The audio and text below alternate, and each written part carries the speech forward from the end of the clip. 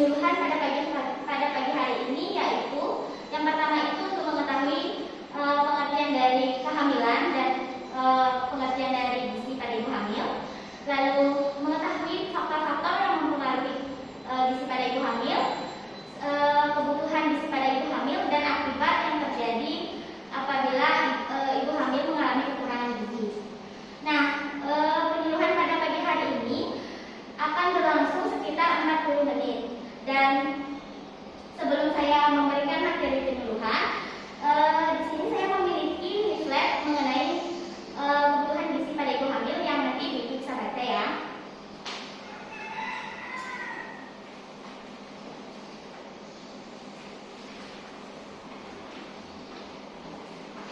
Nah, sebelum masukin materi, apakah dari ibu-ibu ada yang mengetahui mengenai pengertian dari kehamilan dan gizi? Ya, Ibu dipersilakan. Baik, perkenalkan saya Sinta. Jadi di sini menurut saya kehamilan itu adalah proses perkembangan janin dalam kandungan. Ya, benar sekali Bu ya. Lalu apakah dari ibu-ibu ada yang mengetahui apa itu gizi?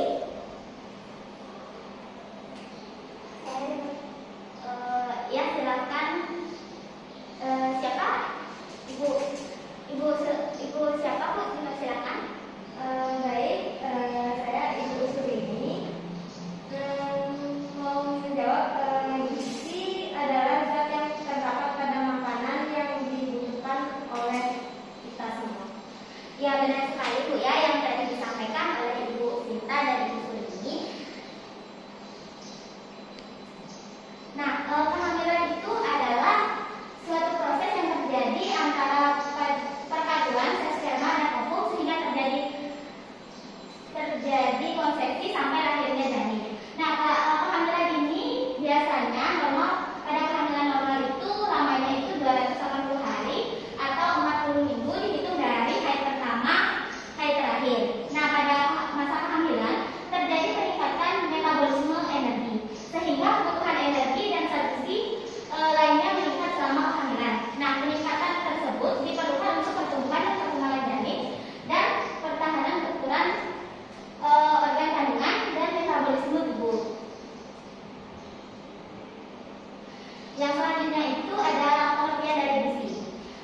Gizi atau nutrisi merupakan zat yang terdapat pada makanan yang dibutuhkan oleh organisme untuk pertumbuhan serta perkembangan yang dimanfaatkan langsung oleh tubuh yang meliputi vitamin, mineral, protein, lemak maupun air. Nah, gizi pada ibu hamil itu sendiri adalah makanan berupa zat gizi makro maupun mikro yang diperlukan oleh ibu hamil selama kehamilan, dimulai dari kehamilan trimester pertama sampai trimester ketiga, yang berperan dalam pertumbuhan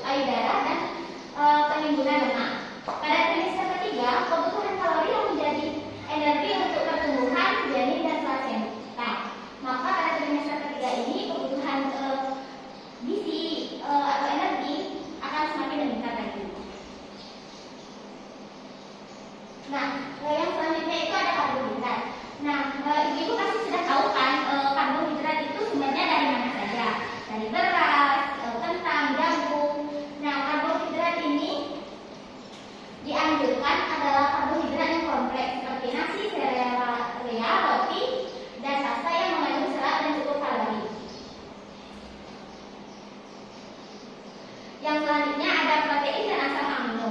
Nah, protein berperan penting dalam kehamilan. Yang pertama itu untuk proses pertumbuhan dan perkembangan janin, penambahan volume darah, pembentukan plasenta dan cairan amnion, dan pertumbuhan jaringan payudara dan uterus. Nah, kebutuhan protein pada trimester 1 sampai trimester 3 sekitar 6 gram tiap harinya. Kebutuhan pada trimester ketiga sekitar 10 gram tiap harinya.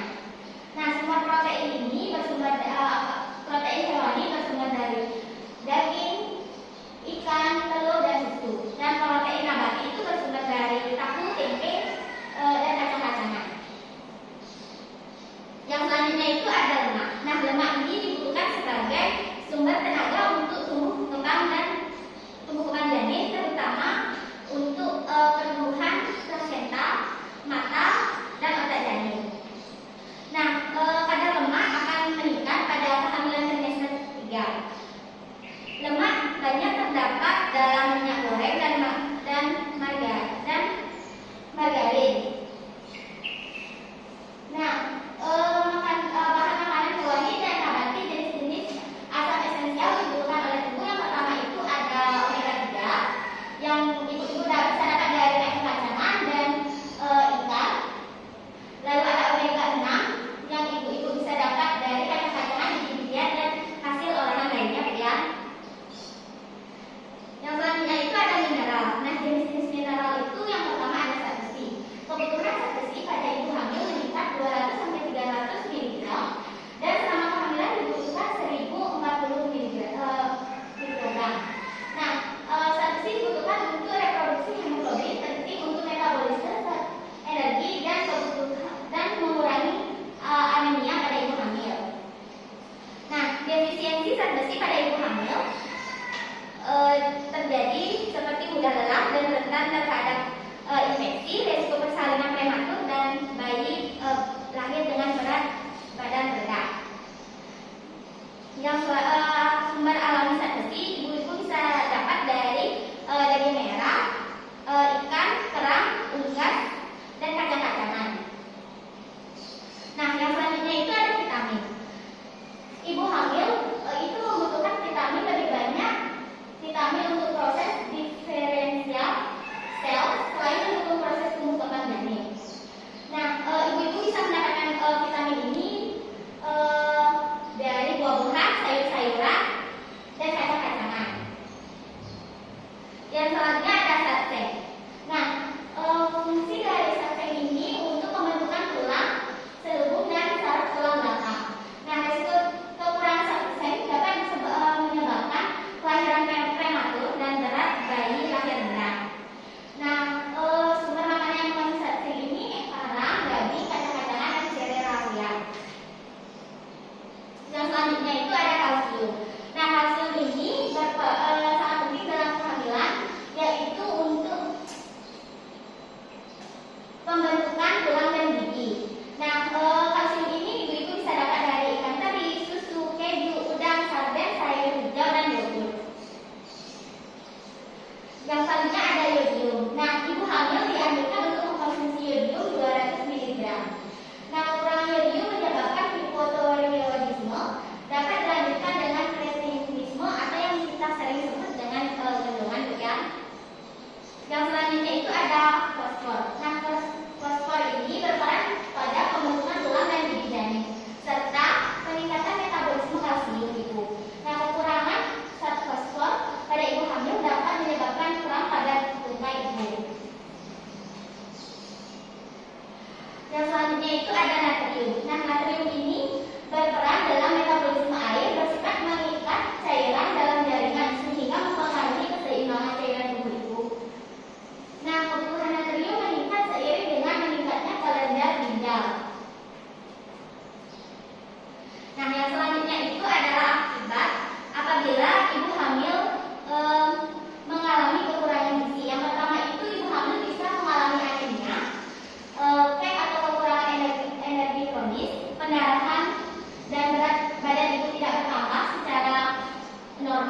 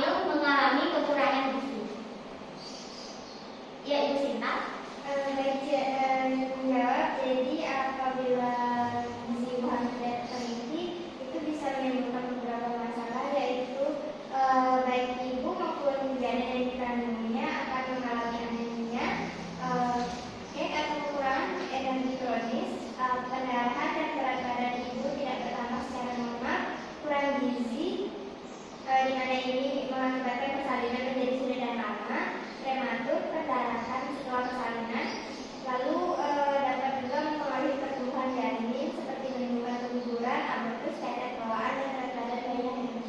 Ya, benar sekali ya Ibu. Nah, sekarang pertanyaan yang terakhir ya Ibu. Nah, coba sebutkan salah satu kebutuhan gizi pada ibu hamil dan beserta sumber makanannya. Ya Ibu Manda. Salah satu hal yang diperlukan oleh ibu hamil untuk memenuhi gizinya sama kehamilan itu yang satu tadi kalsium yang berfungsi untuk pembentukan tulang dan gigi.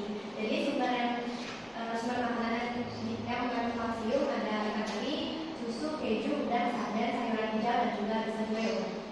Ya, benar sekali ya Ibu Manda. Nah, jadi dari pertanyaan yang tadi sudah Ibu jawab, dapat disimpulkan bahwa Ibu sudah mengerti mengenai kebutuhan gizi pada ibu hamil. Nah, jadi dapat disimpulkan pada penyuluhan pada pagi hari ini yang pertama itu gizi ibu hamil adalah makanan yang berupa zat gizi yang diperlukan ibu hamil dimulai dari trimester pertama sampai ketiga yang dibutuhkan untuk pertumbuhan dan perkembangan janin. Adapun kebutuhan gizi yang diperlukan oleh ibu hamil yang pertama itu ada karbohidrat yang bisa didapat dari jagung, nasi, kentang, lalu protein yang bisa didapat dari ikan, tahu dan tempe, lemak yang bisa didapat dari kacang-kacangan dan biji-bijian, lalu ada zat besi yang bisa didapat dari kacang dan daging merah, ada vitamin yang dapat didapat dari sayur, buah-buahan dan biji-bijian, lalu ada seng yang bisa didapat dari kerang, daging dan kacang-kacangan, dan kalsium yang bisa ibu dapat dari susu dan telur. Nah, akibat yang terjadi apabila ibu mengalami kekurangan gizi pada ibu hamil, yang pertama itu bisa terjadi anemia, berat badan ibu tidak naik secara normal, lalu bisa mengalami pendarahan, dan mempengaruhi persalinan. Persalinannya itu ibu-ibu bisa mengalami persalinan lama, prematur, dan berat badan bayi lahir rendah. Nah, baik, terima kasih atas waktu ibu-ibu untuk mengikuti penyuluhan pada pagi hari ini, dan semoga materi penyuluhan pada pagi hari ini bisa bermanfaat bagi ibu-ibu. Terima kasih ya ibu-ibu. Saya tutup dengan kalimat Santi. Om Santi Santi.